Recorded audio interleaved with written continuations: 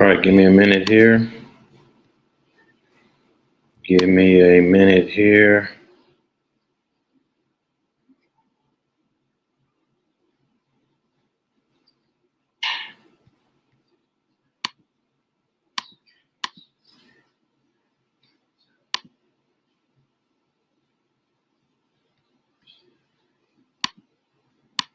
Just give me a second.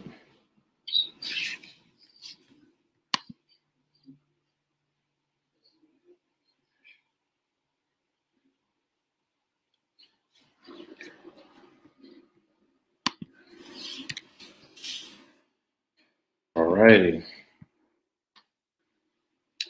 What's good?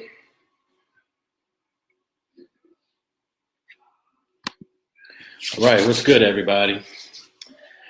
What's good? Who we got up in here? What's up, D357? Dubs 618.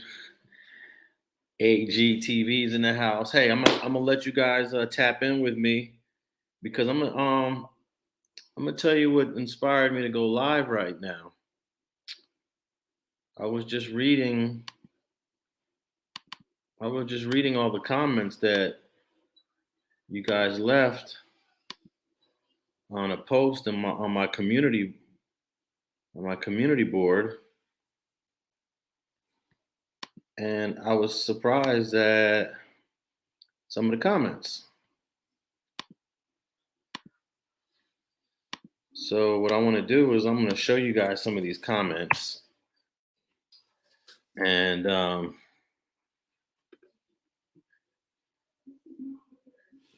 if you got something to say, you could just tap in on that link. I want to show you guys. Let's see here.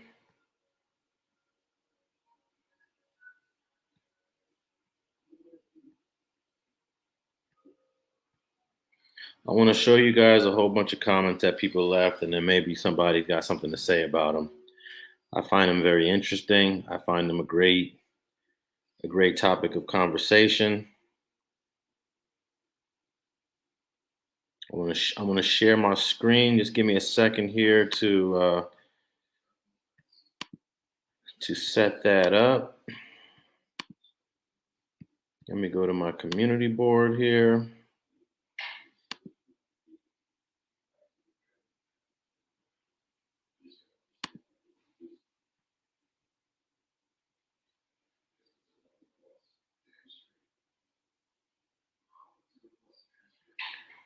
Let's see here.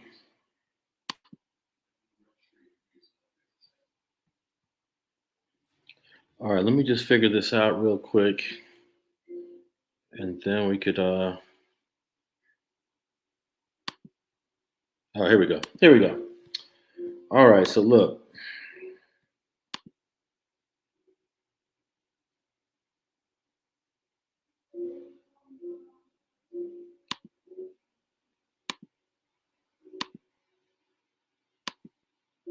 All right, here we go. All right, so I did this post.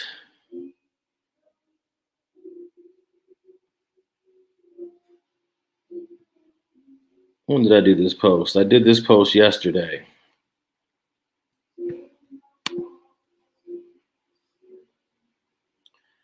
So I did this post yesterday where I basically said, here, let me read it to you guys if you haven't already checked it out.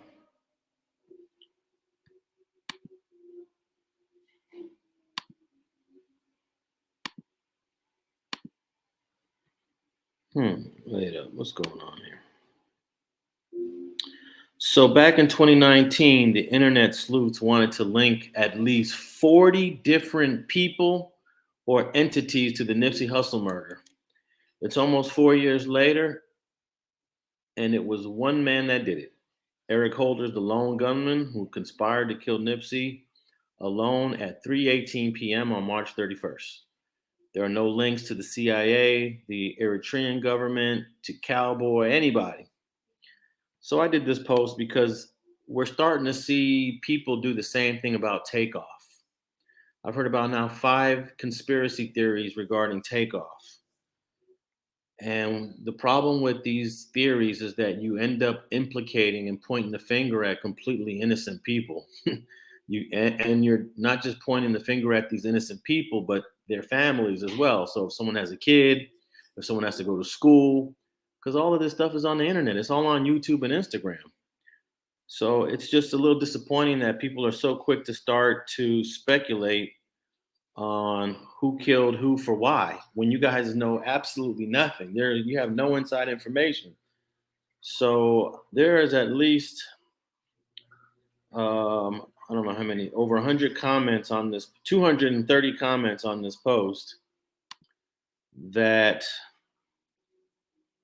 some people agree, but some people still are on this thing that it's it's something bigger than what it is. So let me see here. I could try to scroll down and read a few of them.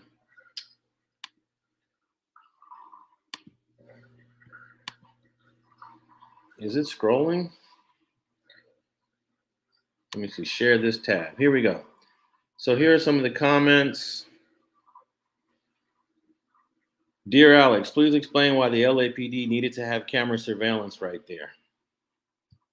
Has nothing to do with the issue. You know. Thank you for saying it. I'm so over and done with the conspiracy theories. That's from Wise Knowledge Supreme. Dear Alex, please explain why his mother said his body looked perfect and even smelled good. I don't think that really has anything to do with the issue here.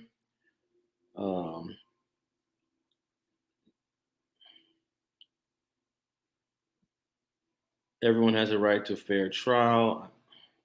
So there's just a bunch of comments, and I'm surprised, man. There's probably at least 10 or 15 people that believe some sort of government hit in this whole situation.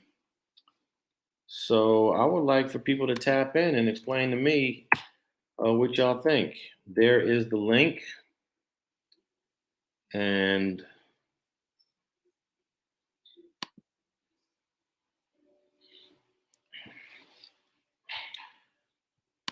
we'll take that off the screen.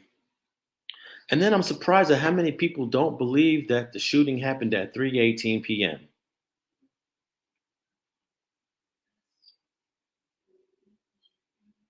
3:18 p.m. That is the time of the shooting. In fact, I'm going to play you a video of Nash Baker. Nash Baker was one of the first journalists on the scene. First journalist on the scene, and video documented the aftermath for On Scene TV, which distributes for all the local news. So let me play you a short clip of Nash Baker. Let me play you a short clip of Nash Baker.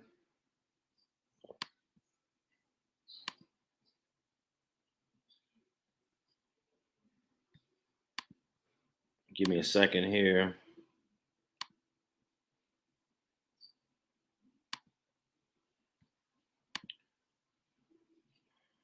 All right, here we go.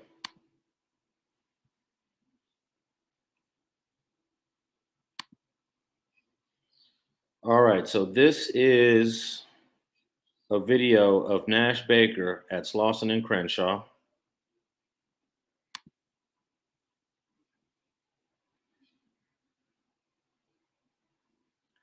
And listen to what he has to say. Listen to what he has to say. This incident occurred, first on the ground, on scene TV.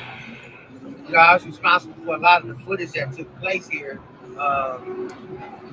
At about 3:20, we responded to a call here at this location, and when we arrived... Let me pause that. Did everyone hear what time he responded to a call there at Slauson and Crenshaw? Type it in for me. What time did Nash Baker respond to a call at a shooting at Slauson and Crenshaw? He is one of the first journalists, if not the first journalist on the scene to shoot. And all the footage that you see of the first responders and actually Nipsey being put into the ambulance, that's Nash Baker's footage. 320, 320, 320. Okay, let's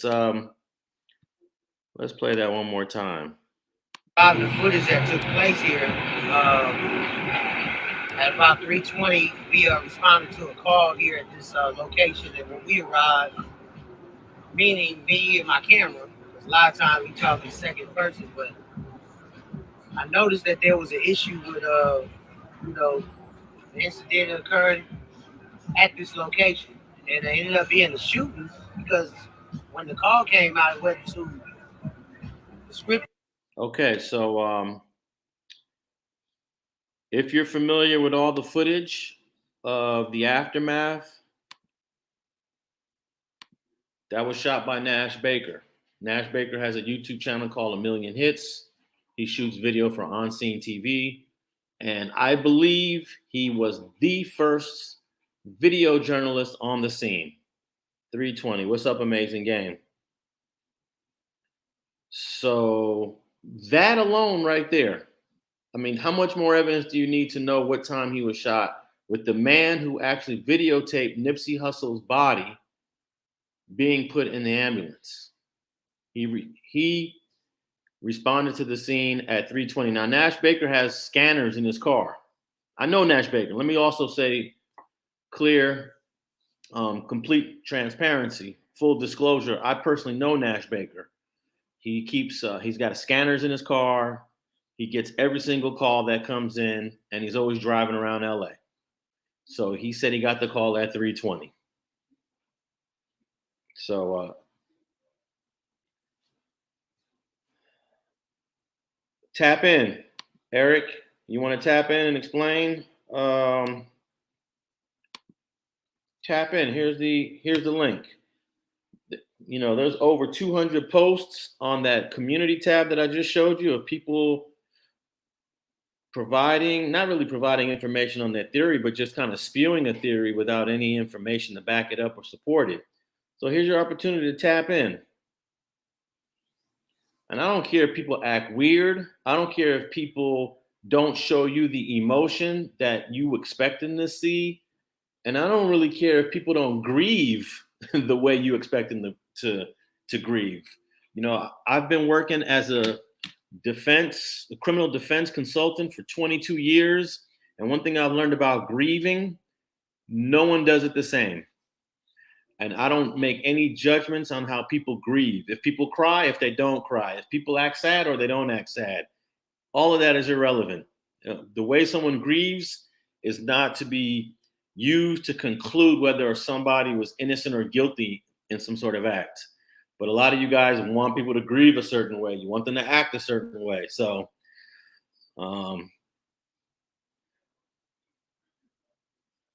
now you guys are leaving comments in here, but tap in.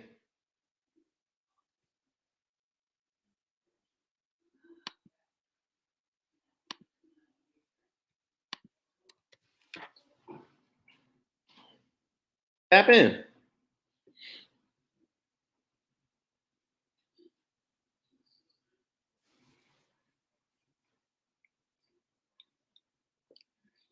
Then I keep getting information that a guy named Draymond, let me see if I have it. Does anyone know Draymond's last name? Because apparently Draymond is claiming that Nipsey got shot at 1 p.m. They even said he has video to support this on his Facebook page. So I said, hey, that should be easy. Let's go to Draymond's Facebook page. Let me see if I could. Well, if someone give me his last, Draymond Green. Thank you, Johnny Coop. All right. So what we're gonna do is we're gonna go to Draymond Green's page. Give me a second here to pull it up. There you go.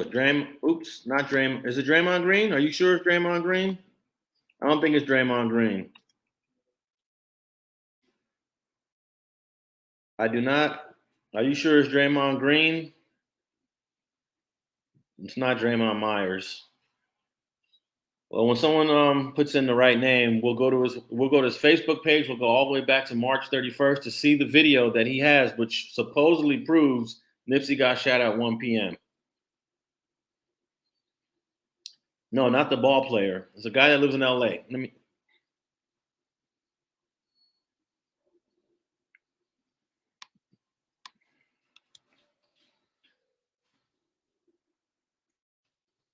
This guy said Draymond Green.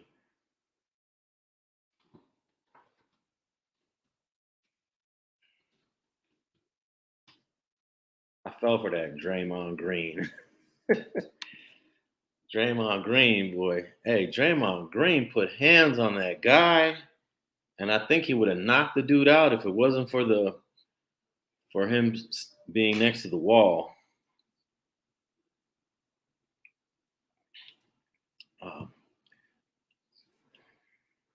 It's actually in the comments on my community tab. So let's go to the community tab. Let's go to the community tab where someone talked about Draymond. I think it's Draymond. All right, let me share the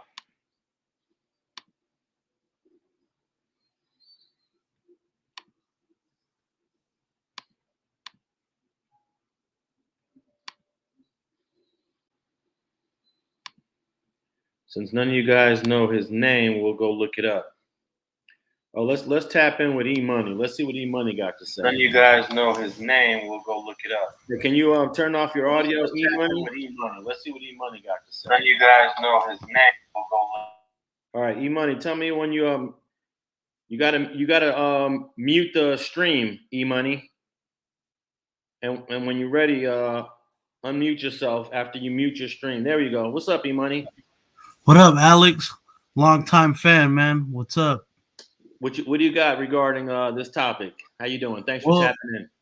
I mean, I haven't really studied much as far as how you would have studied it or you have studied it, but just as far as like the streets go, you know, when somebody's making money, you know, the big homies want to monopolize off of things like that, you know, and certain, you know, whether it be in film and anything, you know, sports and the arts. I don't know if you heard the story with Shaq was going through with I believe it was like the Main Street Crips or something like that, where they were extorting him, you know. So that type of stuff happens. It was documented that Nipsey and his brother got into a shootout with his management prior to this situation. Wait, let me stop you. Let me stop you right there. It wasn't a shootout. One person had a gun. That was Sam. That was his brother, and he shot it in the air to stop everyone from fighting. That's not a shootout. Well, I was actually in the car, and Power 106 was the one who made that announcement. Now, you know, backtracking, how did Power 10, like when the media finds things out, it's either one of the parties releases that information. So, you know, it was either Big U's camp that released that information or Nipsey Hussle's camp that released that information. Nobody released any information. First of all, let me just tell you, I was actually there in 2011 when that happened. I wrote an article about it, and I have footage of it, and I read the police report. Sam, the brother, Black Sam, was the only person that had a gun that day. He was getting shot at by the police, so I wouldn't characterize that as a shootout. So I don't know what you're talking about, Power 106 or whoever.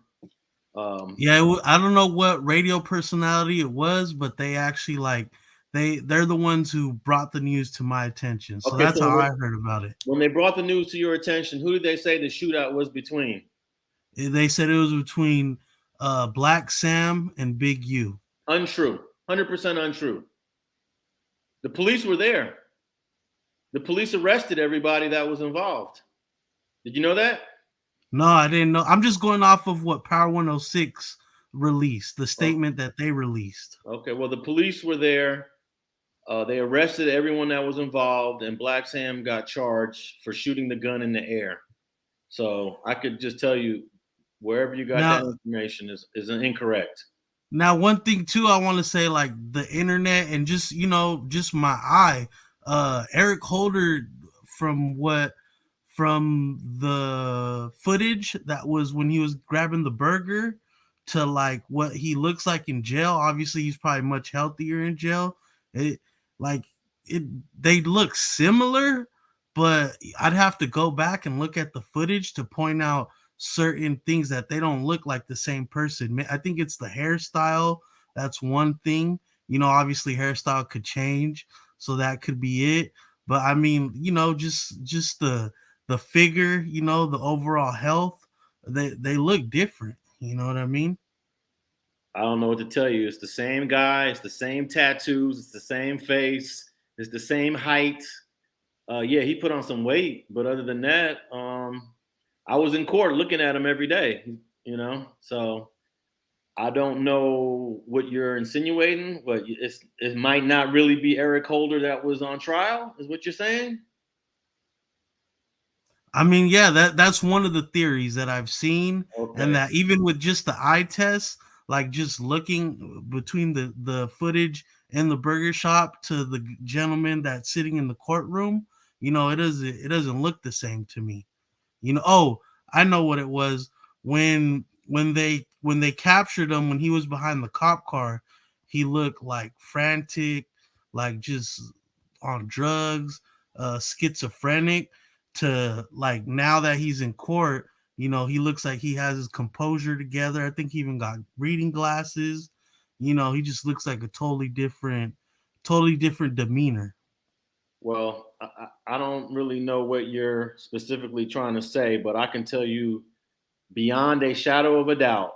I don't usually say 1,000,000% because there's no such thing, but that was Eric Holder in court. That was Eric Holder in custody. Just the tattoos, just the tattoos should let you know that's the same guy because we got pictures of him with the tattoos before he was arrested. We got pictures of him of the tattoos when he was arrested, and then you could see some of the tattoos in court. You know, the ones up by his neck. So, and he looks the same guy to me. He just put on about, I would say, the guy probably gained about 30 pounds. So if you gain 30 pounds, your face might change a little bit. If you lose 30 pounds, your face might change. But that's Eric Holder. But I appreciate you tapping in, E-Money. Thanks for supporting the platform. And be sure to tap in again, man. Thanks a lot. All right, man. Who else we got?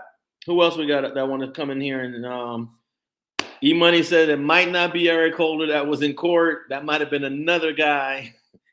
And hey, I'm letting people express the way they want to express themselves regarding any sort of conspiracies. Let me throw the link right there. And before E-Money got on, I wanted to go to one of the comments that suggested that there's video that proves that Eric Holder got shot at 1 p.m. So here's what we're gonna do. We're gonna look up the name of the person. Let's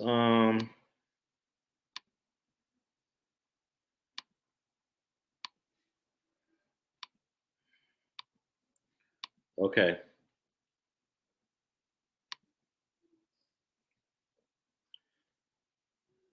All right, so on this page, there's a couple of comments regarding this is my community tab under that post. And okay, Damon Johnson, right here, or Damon Johnson. Is that what we're gonna say? You see that name there? Damon Johnson said that it happened around 1 p.m.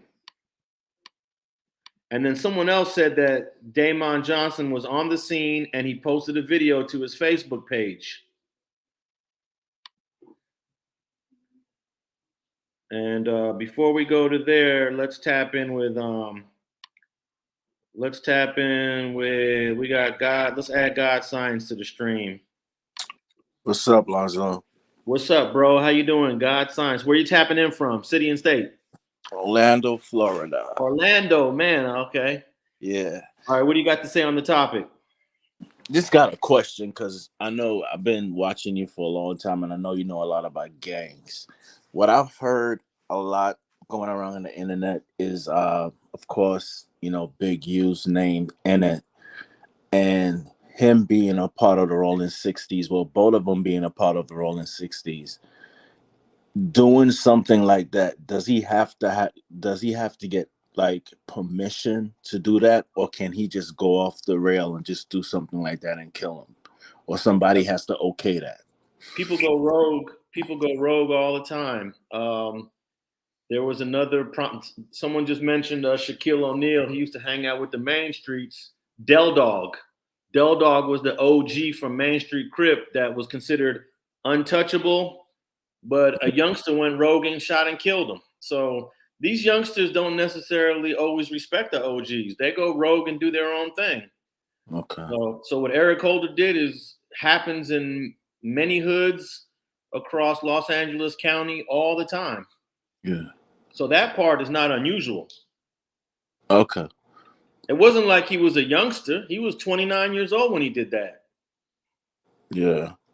He wasn't 18 or 19. He was 29 going on 30 years old. Yeah. Anything else you got? No, that's it. That's all. I just wanted to clear that up because I know you know a lot about gang culture in LA. But love your your shows, man. Always watch you. Great big fan, man. All right, man. Look. Appreciate you tapping in. All right, man. Salute. All right, there he goes. God Science. And regarding getting permission, especially in the black gang culture, you will see younger members go rogue, do their own thing, and not really follow any structure or protocol. Where it comes to Latino gangs here in LA, there are some Latino members that will go rogue, but it's not as common in that Sureño culture. So, all right, let me get back to this. Draymond Green said it happened at 1 p.m. So there's the comment right there. So what I'm going to do is I'm going to pull up Draymond Green. I mean, not Draymond Green, Damon Johnson. You guys got me back on this Draymond Green thing. All right, what I'm going to do is pull up.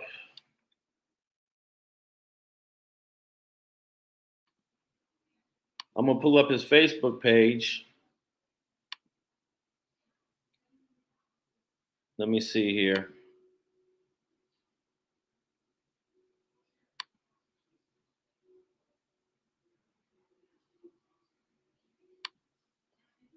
Okay, there's Damon Johnson's page.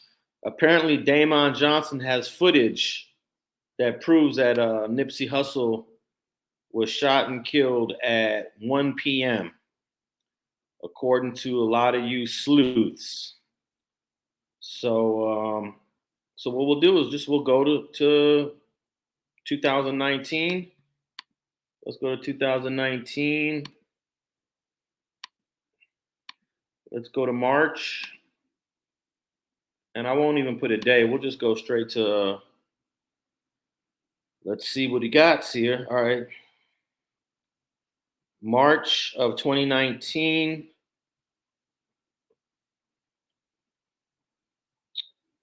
Wait up. Sorry about that. Let's do it again.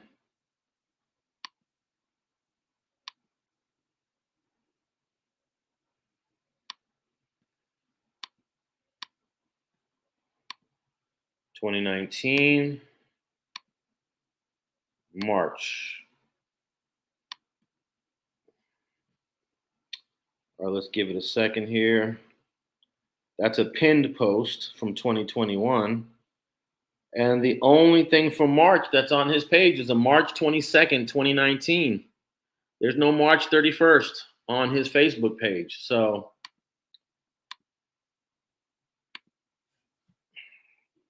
and this is the guy that's supposed to have the proof and the evidence that he was there at 1 p.m. when the whole thing went down.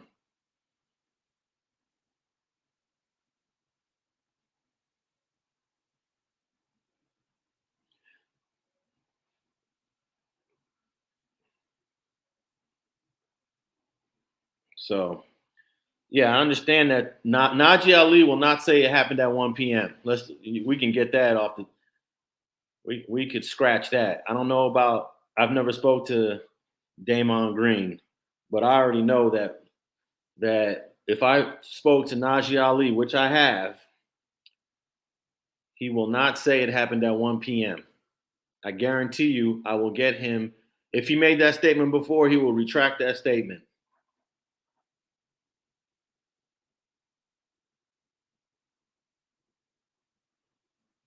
But if you think it happened at 1 p.m., tap in. Let me throw the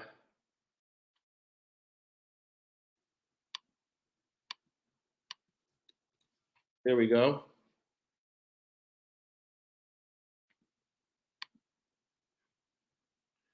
And while I'm waiting for somebody to tap in, I'll play that clip for you again. Let's play this clip for you again. This is Nash Baker, first guy on the scene on March 31st. On the ground on scene TV. You know, I was responsible for a lot of the footage that took place here. At about 3:20, we responded to a call here at this location, and when we arrived, meaning me and my camera, because a lot of times we talk in second person, but I noticed that there was an issue with, you know, the incident occurring at this location, and it ended up being a shooting because when the call came out, it wasn't too descriptive on. So what time did he say he got on the scene? And this is the footage that all you guys have watched of the first responders taking both Kerry Latham and Nipsey Hussle to the hospital. Now, if someone says, if a guy tells you, it doesn't matter who the guy is, if he tells you it happened at 1 p.m., you got to ask, well, what's your evidence? Where are your timestamps at? And if they have none, why would you then still continue to believe that? We have a guy here that shot footage at 3:20 p.m.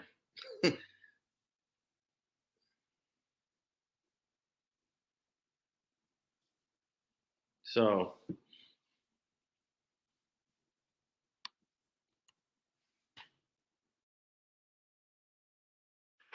I would love to hear your views and your opinions and thoughts. How can we get a police scanner? Well, you could just buy one. They're digital.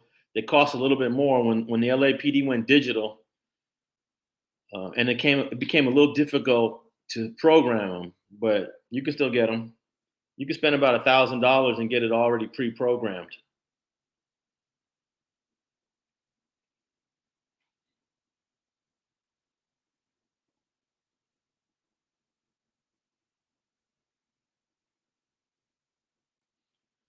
So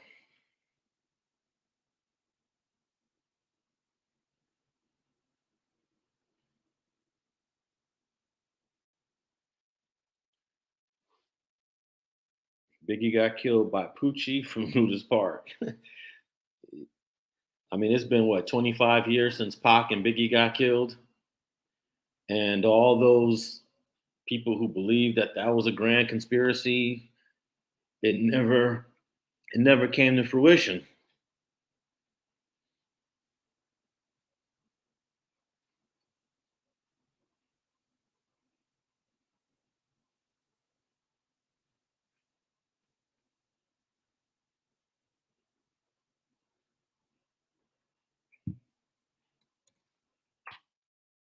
How many points of reference do you think support a 1 p.m. time of shooting? Like, how many points of reference can you put to that? John Brown asked me, do I think of a conspiracy? Tap in.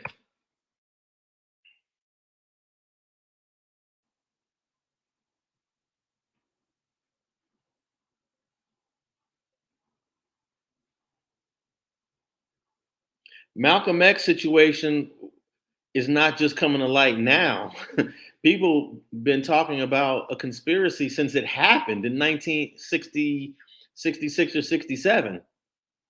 And people were bringing receipts, names, dates, locations ever since. Same thing with Bunchy Carter. Same thing with Fred Hampton. Bunchy Carter was shot and killed in 1969. And people were already connecting the dots in 1969, and it was making sense because they brought receipts. COINTELPRO, propaganda cartoons, letters from the FBI, letters by J. Edgar Hoover, typed letters. I mean, they left a paper trail that was undeniable back in the early 70s. So yeah, when these conspiracies happen, there is a paper trail. All you got to do is uncover it. Johnny Cochran was defending Geronimo Pratt back in 1972. And Johnny Cochran was saying this whole thing is a conspiracy because they had evidence that Geronimo Pratt was in Oakland on a phone call when they said he was in Santa Monica committing a murder. Because the FBI was recording the phone calls. Those are called receipts.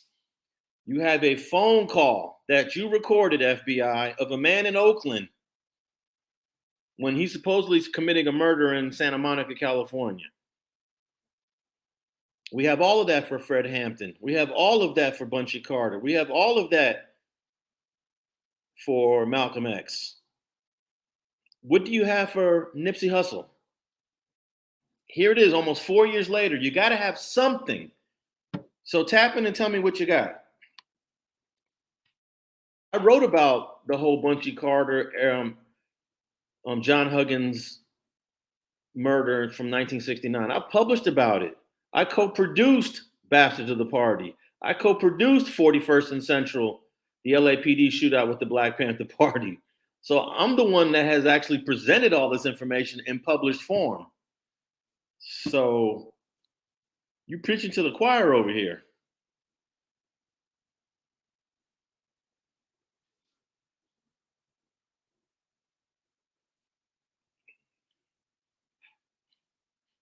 Apparently, Geronimo Pratt was in the city of Oakland when the LA District Attorney's office claimed that he committed a murder in Santa Monica. So, and Johnny Cochran was Geronimo Pratt's lawyer, by the way, in 1971 or 1972.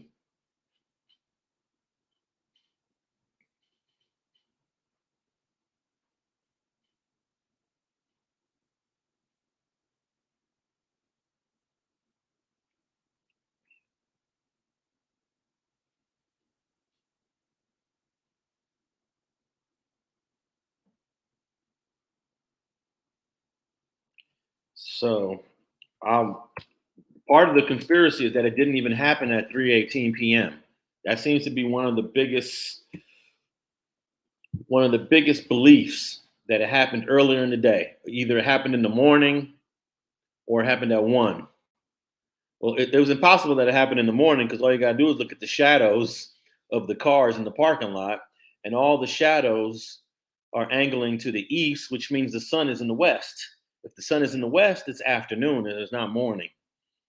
So I've had people send me messages about it happened in the morning because the mom or the grandma said that Sam ran out in the morning.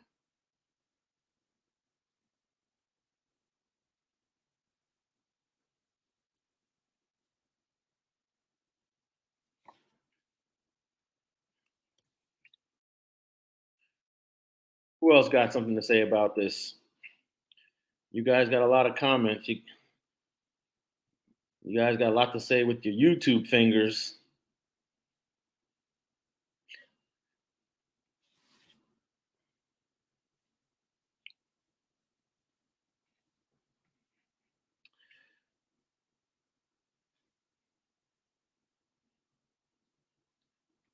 But I guess not.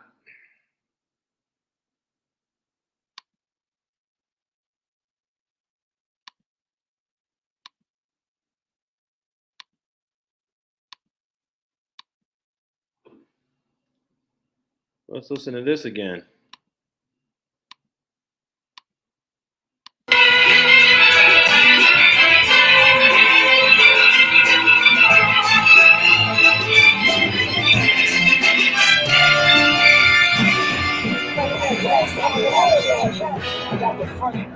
want to go to Atlanta. Race Night 333, we are on the corner of Crenshaw and Slauson.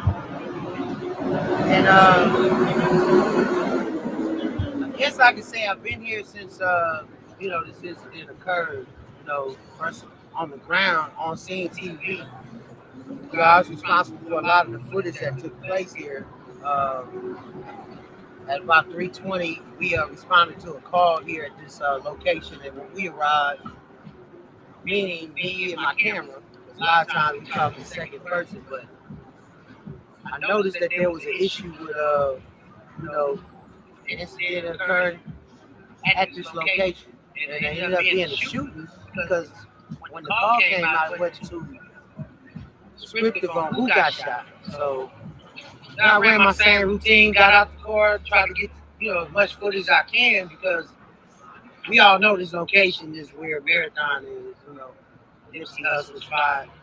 Never in a million years I even thought, Okay. So yeah. 3:20, he responded to the scene. 3:20. So I'm surprised at the amount of people who believe that it did not happen at 3:20. Y'all crazy. But whenever I get on here to have a conversation with y'all about the time, you guys have nothing to say about it. But you certainly send me dozens of messages about all this quote unquote evidence that he was shot and killed at 1 o'clock, which is impossible. It's impossible. It did not happen at 1 o'clock. Someone asked me, when I looked at the autopsy photos, was I 100% convinced it was him?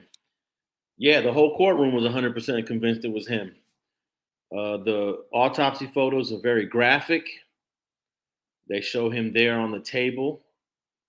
They got close-ups of all the bullet wounds. You see all his tattoos, his face, everything, his braids, his beard. There's no doubt. There's no doubt.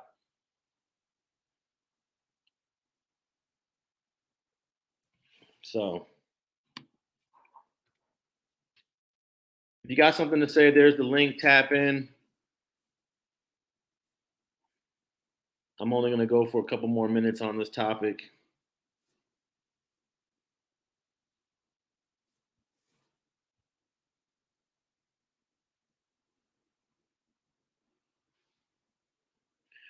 People still believe the election was rigged and Elvis is alive. Hey, Rudolph Giuliani said that all the votes in Pennsylvania were stolen from 2 black counties.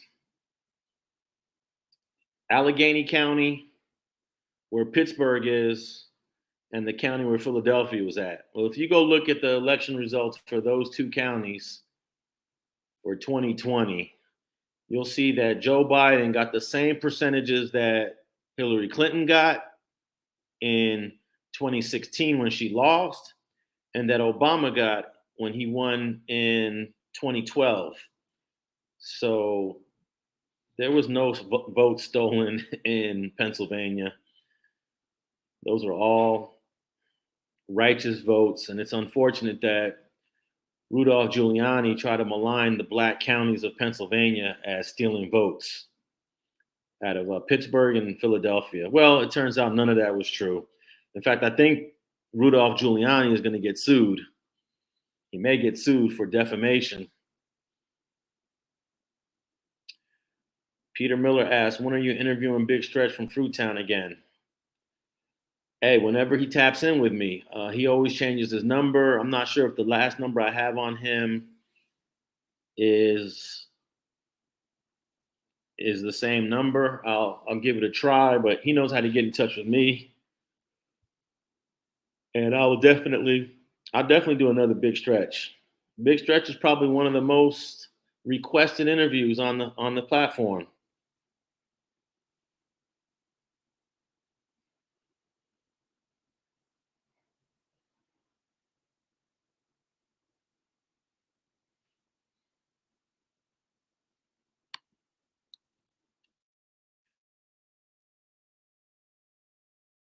Well, it doesn't sound like any of y'all got much to say about what was in the comments of my last post on the community tab. Can we get a Harry O interview? I would love to do a Harry O interview. I think Harry O is just a little bit being a bit selective on what platforms he wants to go on. So we'll see.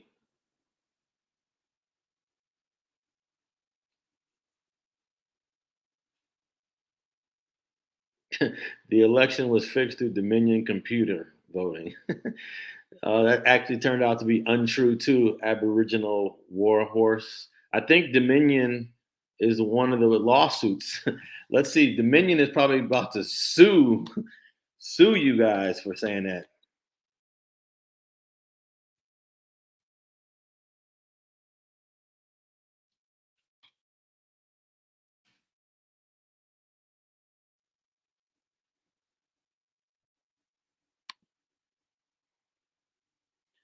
I was going to look up the article. You know, Dominion is suing everybody who's accused them.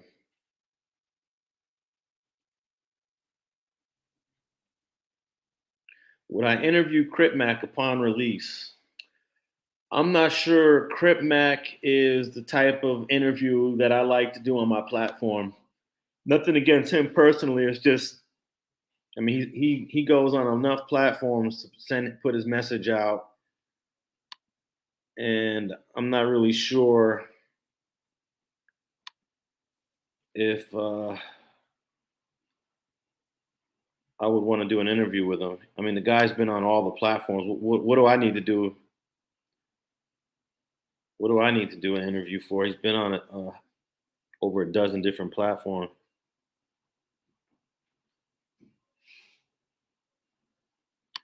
So here's an article. Let me see here. Check this out.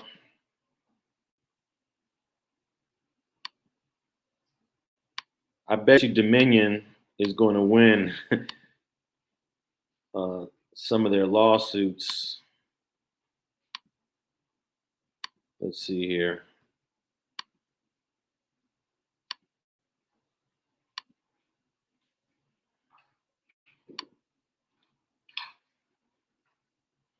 There we go.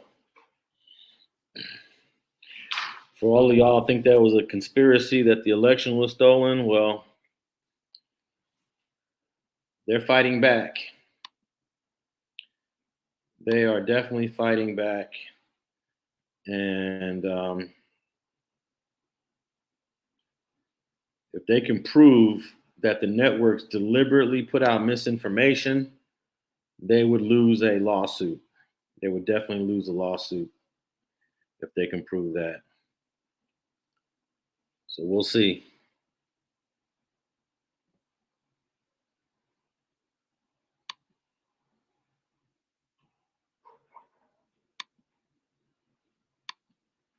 All right, people. I appreciate everyone for tapping in.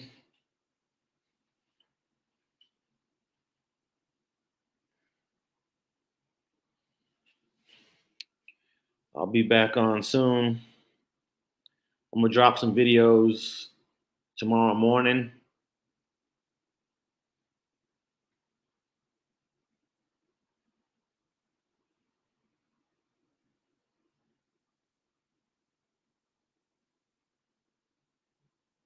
So be sure to tap in with some of the new content that I'm dropping.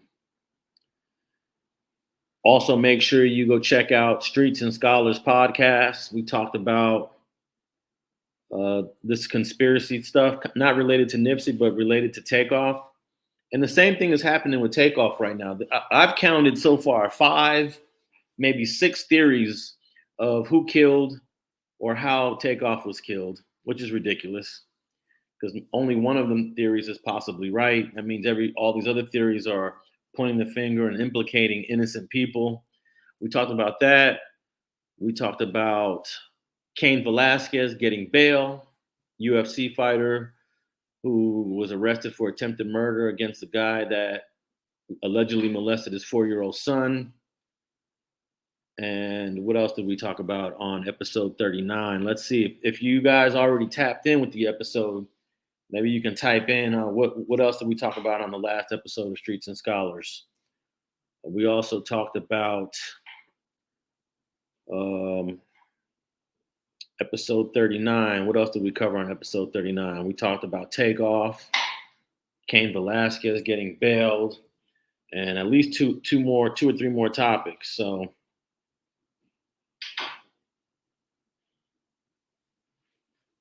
go tap in Streets and Scholars. If you're on Apple, if you listen to your podcast on Apple, leave a question. You can actually post a question on your phone if you use Apple to listen to the podcast. In fact, I'm going to put the link. I'm going to put the link in it right now, just real quick.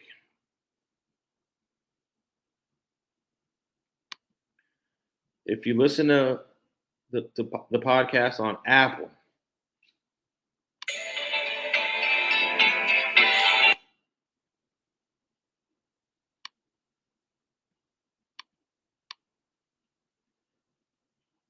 you could actually leave a question.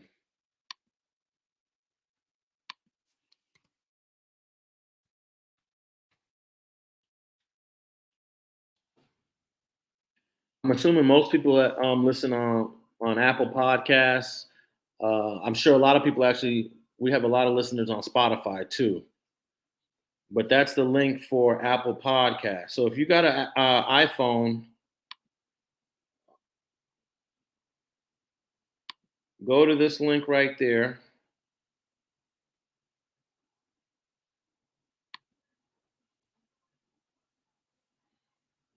I put it right there on the oh, I could put some of these comments. Okay, let me put the Spotify link also.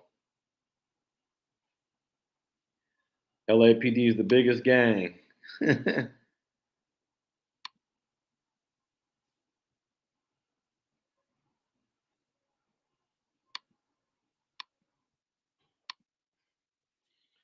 LAPD is the biggest gang. Let me put the Spotify link here.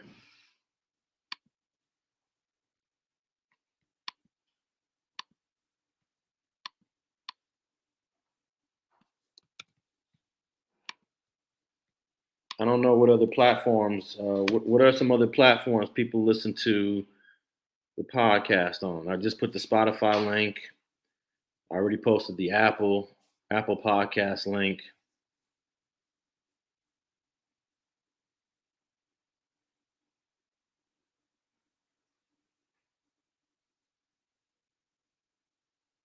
I think most SoundCloud is not really a podcast platform, so I don't post it on there because it doesn't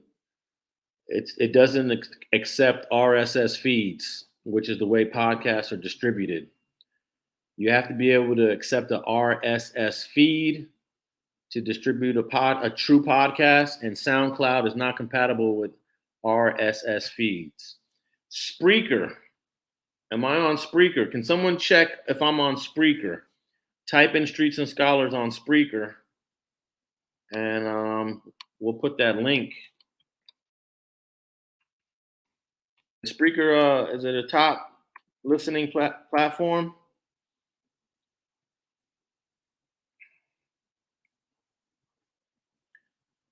So it says Spreaker is owned by iHeart. So we're on iHeart. I should be on Amazon Music as well. So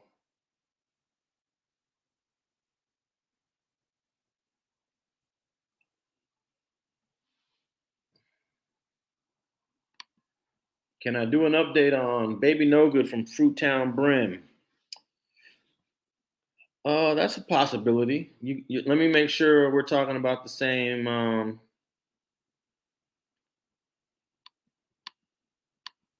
person here.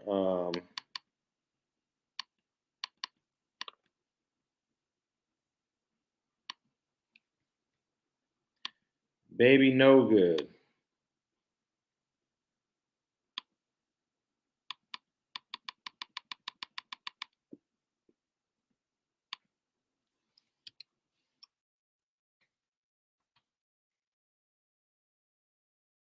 Okay, this is the first interview I did with No Good. Let me see.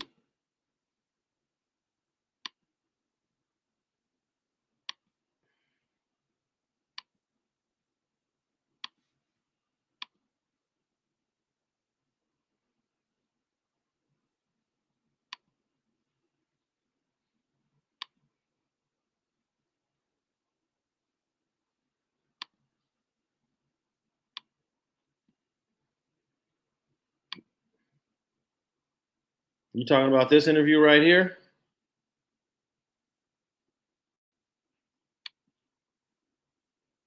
That's the first interview I did with No Good.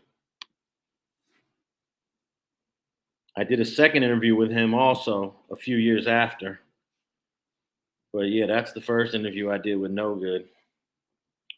He got married. He has, I know the last time he had a kid, he might have more than a kid, but yeah, he got married, settled down. He's doing his thing. He's outside that post office. That post, no. He's outside the library. That's not the post office. The post office is a block away. That's the library, which they tore down the library. So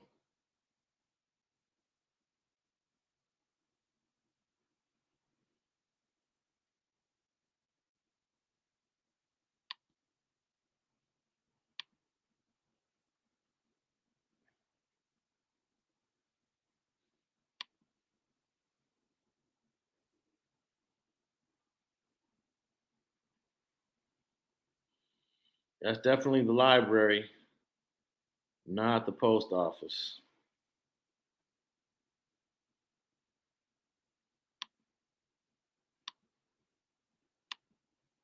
All right, I'm gonna get off in about 1 minute. Yeah, I did the No Good G Active and Big Stretch interview at the same location right there.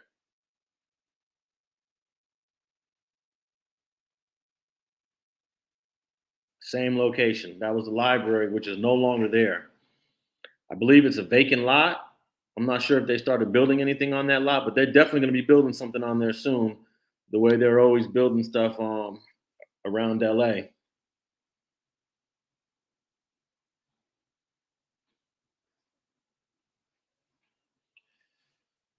Well, I didn't get as many of the Eric Holder conspiracy theorists that wanted to talk about Nipsey Hussle on this live as I was hoping. And like every single time, you guys go back into your corners, you go back into your hiding places, and you guys really don't have nothing to say to support some of the ridiculous things you're saying, specifically the time of day when the whole shooting happened. Um, if we can't agree on the time of day when the thing happened, when there are at least 15 sources that point to 3:18 p.m. as the time of day, then we're not going to be able to agree on anything.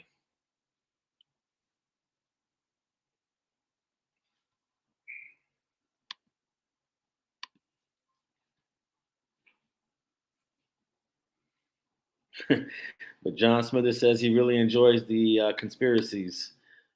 I enjoy them to a certain extent, but when they start to point the finger at innocent people, then that's when the conspiracy theories have crossed the line. I mean, can you name some of the guys that be on YouTube showing you video clips and actually saying that this person was involved, implicating people? Those people have to go.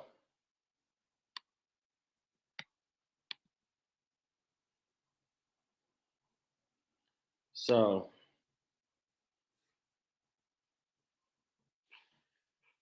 we can enjoy them to a certain extent, but when they start to point the finger at innocent folks, that's not cool. That's not cool. So I'm gonna leave you guys with this last reminder clip because I think you need it. I think everybody needs this reminder clip. And just if you get anybody telling you that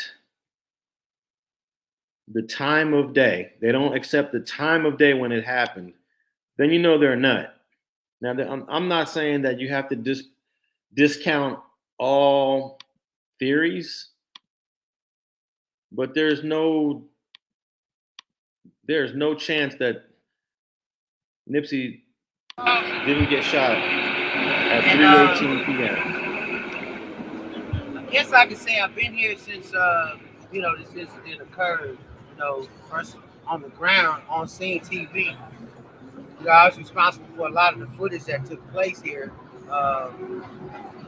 At about 3:20, we responded to a call here at this location, and when we arrived, meaning me and my camera, because a lot of times we talk in second person, but I noticed that there was an issue with the incident that occurred at this location, and So yeah, there you go.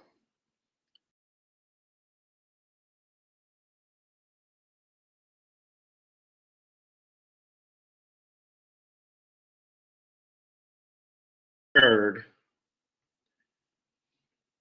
I don't know if if that's not enough for you to realize the time of day. What else do you need? 911 call? Well, that came in at 3:19, 3:20. LAPD body cam footage, that's coming in at right after 3:20. Master Burger footage shows bro walking at 3:18 p.m. What else do you need? So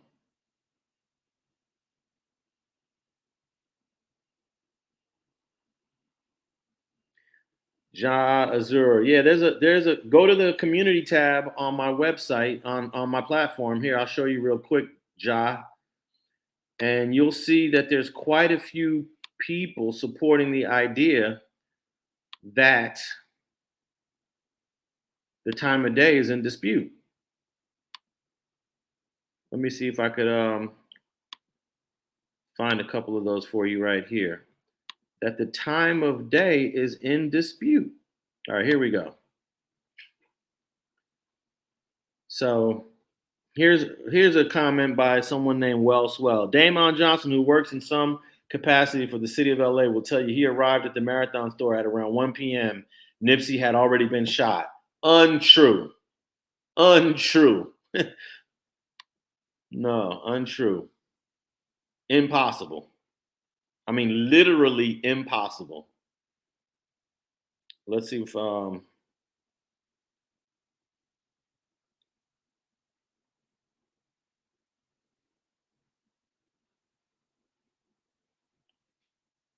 there's a couple comments here regarding the timeline. Here's the same guy. Tell me why community activist Najee Ali and Draymond Johnson both said the time and still will tell you today that the time was 1 p.m., not 3.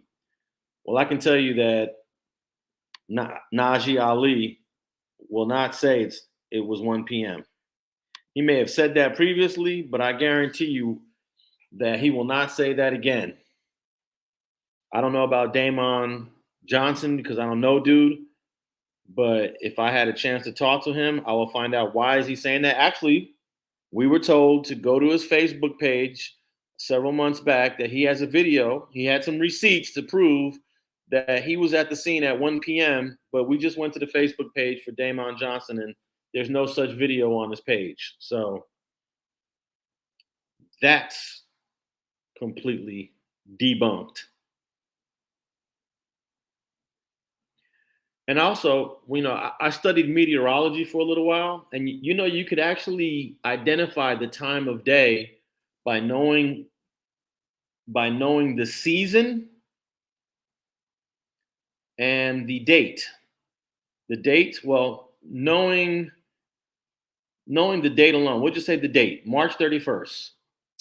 And we know that, but you got to know location. So you take the date and location, Los Angeles and March 31st. On March 31st, the sun was in the southwest sky. The sun was in the southwest sky when it happened. You could look at the shadows of those cars in that parking lot.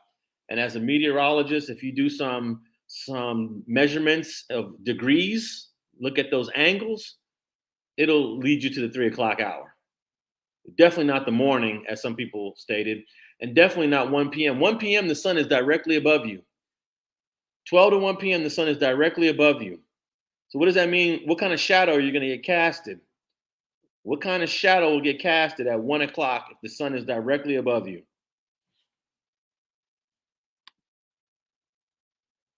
So go look. In fact, let me see. Watch this. I keep on saying I'm gonna bounce out of here, but you guys got good questions, but you don't tap in. I'm gonna show you something regarding the shadows. Okay.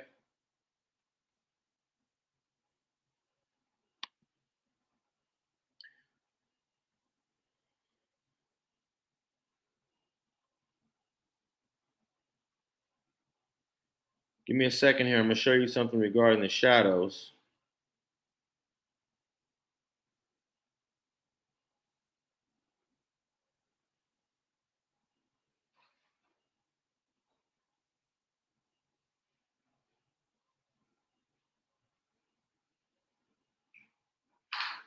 Okay, here we go.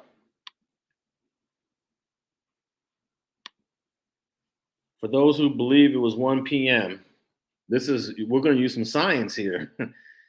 let's go to the video.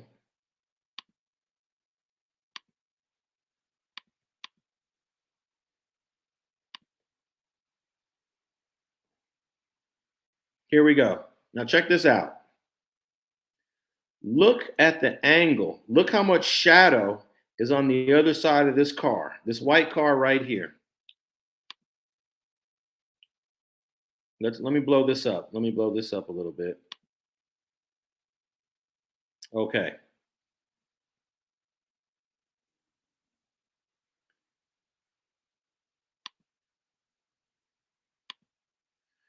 You see this shadow right here from this white car? Now, not being there, I can't tell you if that's a 12-inch shadow. I can't tell you the inches on that shadow. And then let me pause this right here.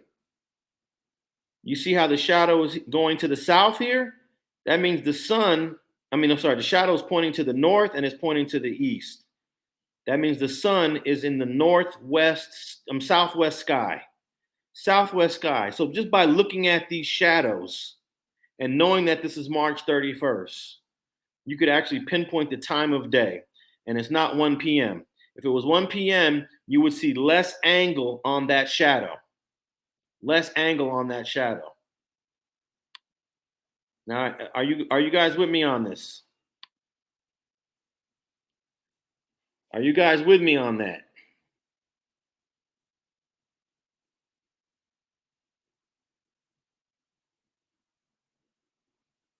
Because we have a whole lot of people on my last community post talking about 1 p.m., 1 p.m. It's not true. It's not true. 3:18. And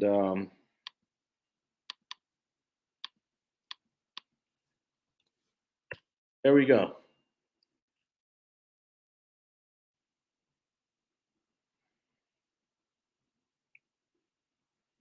We already know it's afternoon because of the angle of the sun. I'm sorry, the angle that the shadows are casting from those cars. We already know it's past noon. We already know it's past 1 because the angles, the way those shadows are casted off that car lets you know how far in the western sky, specifically the southwest sky, that the sun is in on March 31st. So all you got to do is talk to any meteorologist, and some meteorologists could probably eyeball that and tell you, oh yeah, that's 3 o'clock. That's 3 o'clock. That's 2 o'clock. That's 1 o'clock.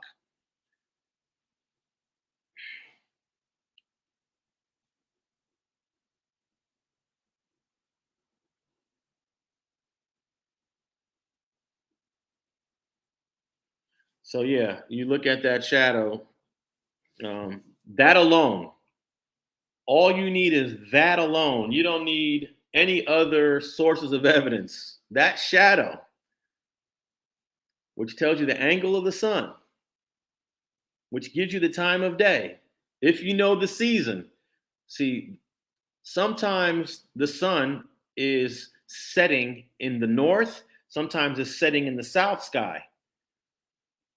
But we know it was March 31st, so we know exactly where the sun was at. Therefore, you can pretty much pinpoint the time of day. It wasn't 1 o'clock. 1 o'clock is the sun is the highest in the sky. That means it's going to cast a very short shadow off those cars. So, but we got a guy that shot the footage of Kerry Latham and Nipsey Hussle going into the paramedics. He said he got there at 3:20, or got the call at 3:20. I got the text at 3:25. 911 calls 3:20. Bernita Nicholson was doing Lyft at 12:30 p.m. in Orange County, an hour away. So it's impossible that it's 1 o'clock. So, once I get on here breaking it down piece by piece, I don't really get anyone on here claiming the 1 p.m. anymore. Come on, people.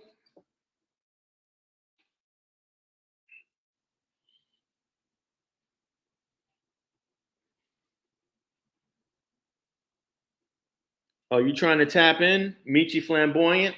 There's the link right there. Tap in.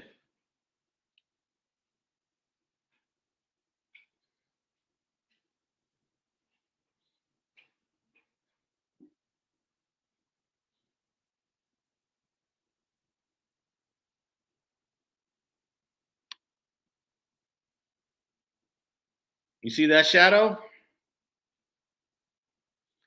You see that shadow off the white car?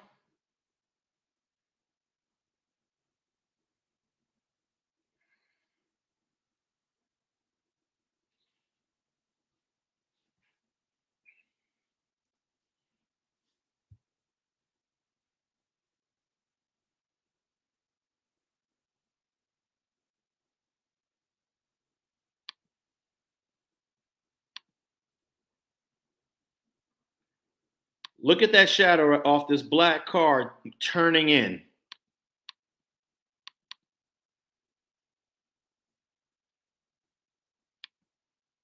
If you know the position of the sun at 1 p.m., you know that the shadow, it will not cast a shadow, but probably a couple of inches. This looks like a shadow that is over a foot long. Over a foot long. So,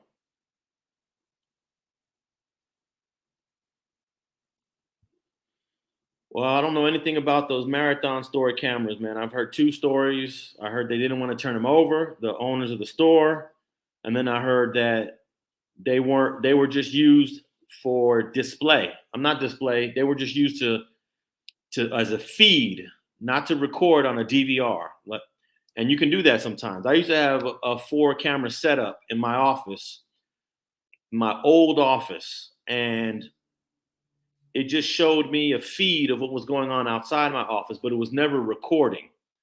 So I could look at the screen and see what was going on outside on these 4 cameras, but I didn't have a DVR connected to it to actually save the footage.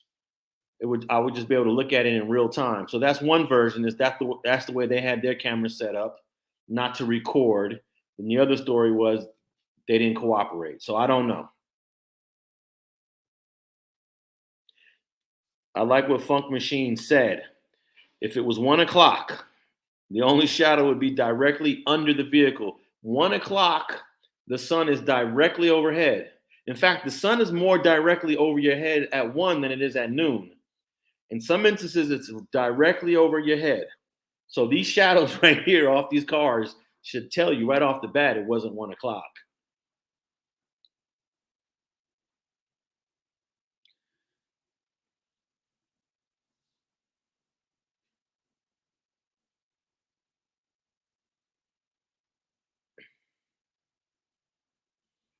So, and look at the shadow that's being cast by the building right here. You see this? Look at this shadow right here. This right here is the shadow of the building. Look at this huge shadow that this white car is casting right here in the alley. And look at that shadow being cast right here behind this white car. These are not noon, these are not 1 p.m. shadows. Look at that. That is not a 1 p.m. shadow.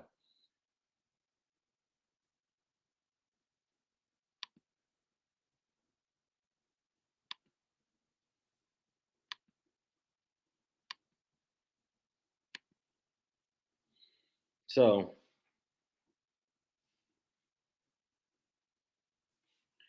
I thought there was a couple people that tried to tap in, but I think they lost their connection.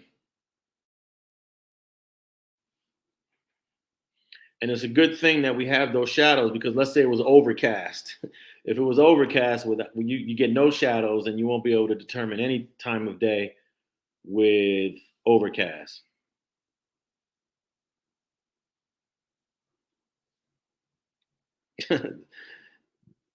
Big J21 said the BMW looks face.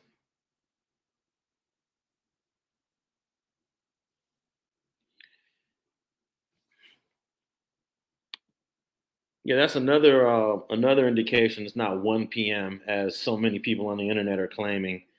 When did the news report it? When did the news start reporting this thing? I haven't even like pulled that out as a reference, as a source. So that's a good point that Frank Finesse brings up.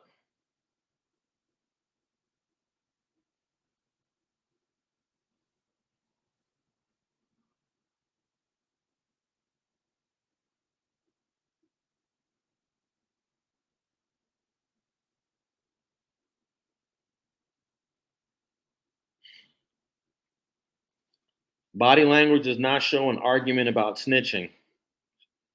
Well, body language is not going to tell you what the conversation was about. That's I'm sorry, Terrence, but body language is not going to tell you what the conversation's about. Damien says, "What about Cowboy's testimony? What about it? What about Cowboy's testimony? Break it down. Tap in. Here's the link. Break it down for me. Why don't you tap in, Damien, and teach me something about Cowboy's testimony?"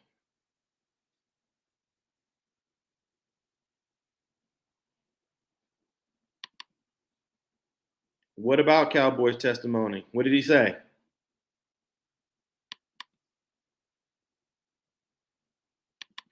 What did bro say?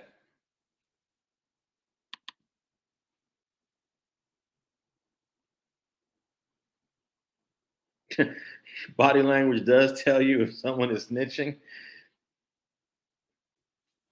Man, we talked about this on Clubhouse with Munchie B and a whole bunch of other dudes that are gang members, and they said you always shake the hand whenever you greet someone, whether you get along with them or not. You shake the hand because shaking the hand will let you know the temperature of the atmosphere.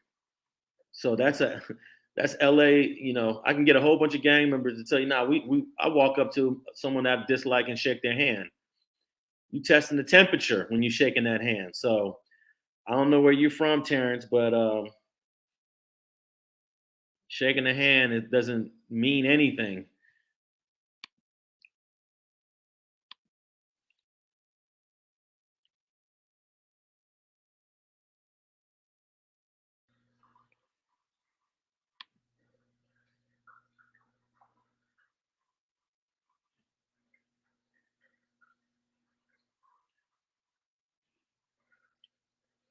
But what about Cowboy's testimony?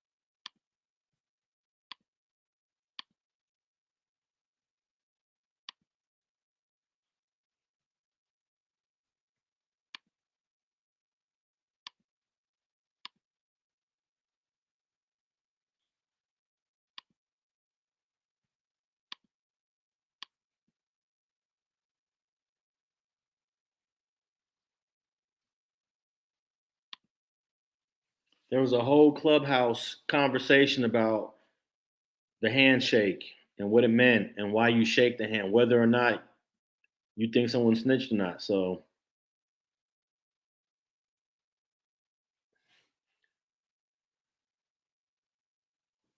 and also we learned a lot about Eric Holder. The guy shows no emotions. He doesn't really show anger. He doesn't show aggressiveness. This is a guy that is a non-emotional person. So it also depends on personality. So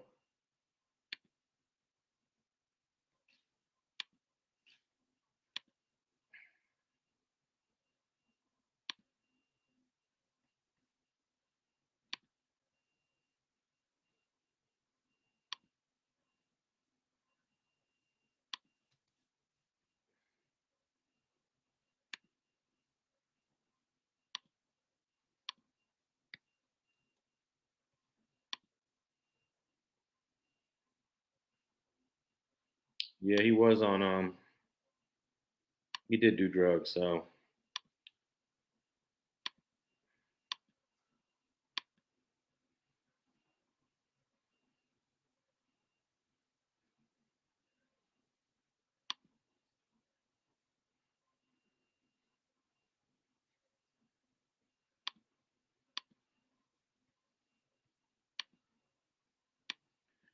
I want to show you guys. I got Cowboy's testimony right here. Let me see if I can show you Cowboy's testimony right here.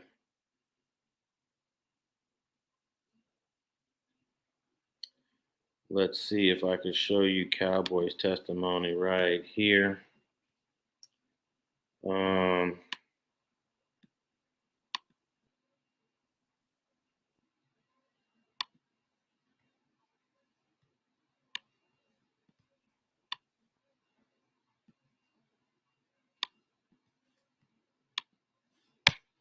all right, here we go. Here's Cowboy's testimony regarding the time of day.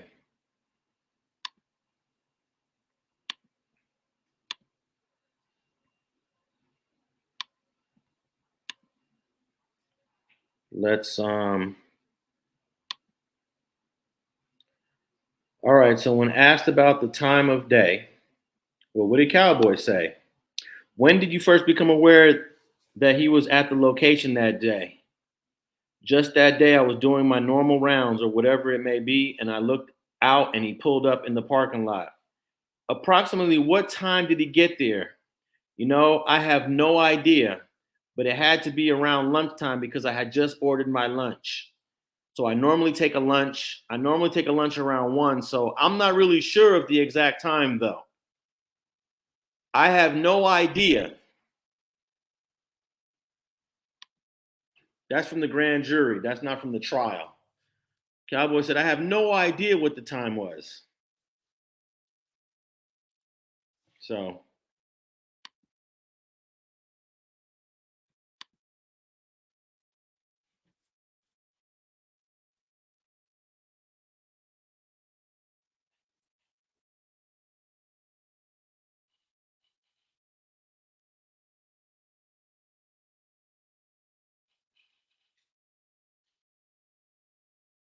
he had no idea at the time.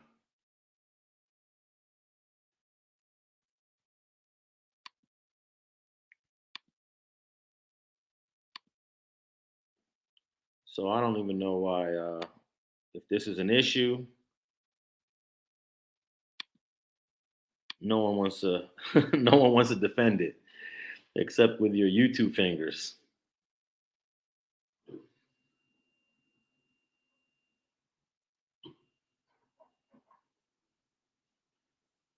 All right, people.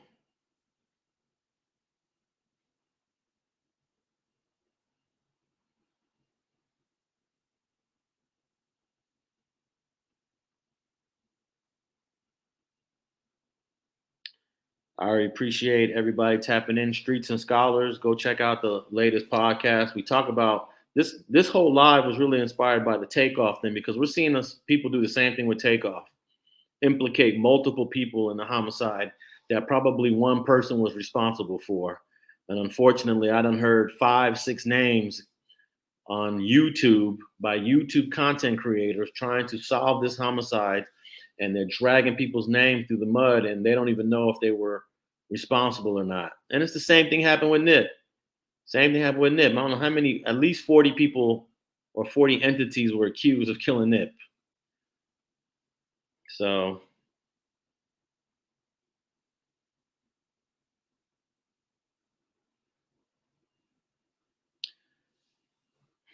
there's a couple of good questions on here, but why don't you guys get on camera and show yourself and ask the question?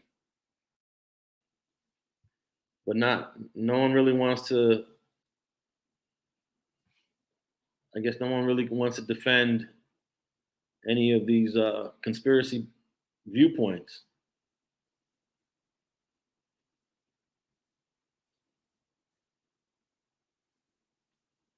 No one wants to defend it. I get it, because the more you look at it, the more ridiculous it sounds.